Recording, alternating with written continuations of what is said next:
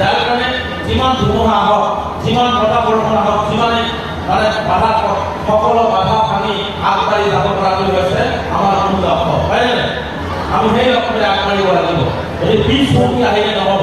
গতিকে মই দেখিছোঁ বহু ঠাইত কোনো ধৰণে দৰিদ্ৰ পইচা নাই, কিতাপ কিনিব পৰা নাই, ইউনিফৰ্ম কিনিব পৰা নাই, তাৰ কাৰণে পঢ়া শুনা এৰিব লগা হয়, মানসিকভাৱে দুৰ্বল হয়।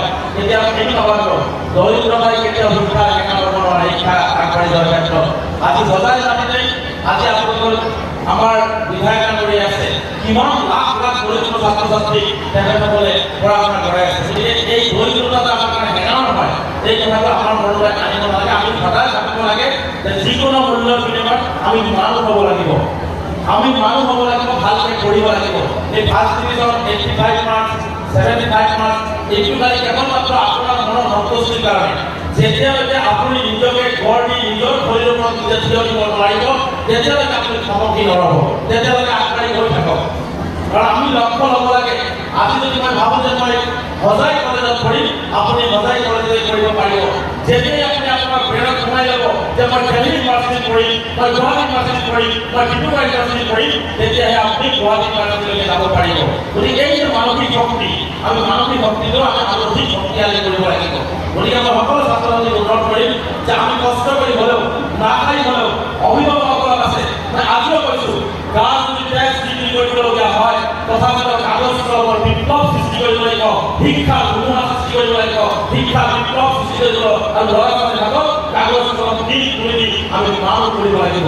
মই আজিও কৈছোঁ যদি আমাৰ প্ৰয়োজনত যদি এটা কিডনী বিক্ৰী কৰিবলগীয়া হয়, তথাপিতো সন্তানক মানুহ হিচাপে আমি গঢ় দিব লাগিব। এইখন পৃথিৱী নিজৰ সন্তানক গৌৰৱকে জীয়াই ৰাখিবৰ কাৰণে।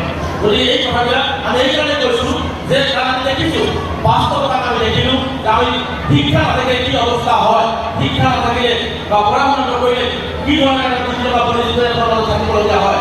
গতিকে মই আজি ছাত্ৰ ছাত্ৰীসকলক কৈছোঁ, আপোনালোকৰ দুখৰ কাৰণে আপোনালোকৰ মা দেউতা চাই আছে, আপোনালোকৰ সমাজ চাই আছে, স্কুলৰ শিক্ষক শিক্ষয়িত্ৰীয়ে চাই আছে।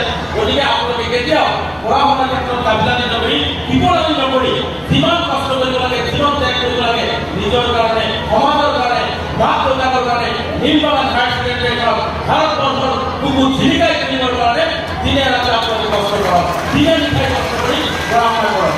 তেতিয়াহ'লে চাব আপুনি লক্ষ্য স্থান পাব। আপুনি আকাশৰ কথা ছিঙি আনিবৰ কাৰণে চেষ্টা কৰিব লাগিব, তেতিয়াহে আপুনি আকাশৰ কথা ছিঙিব পাৰিব।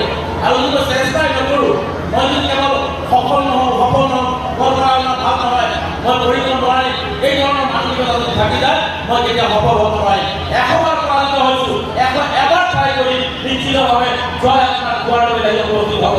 জয়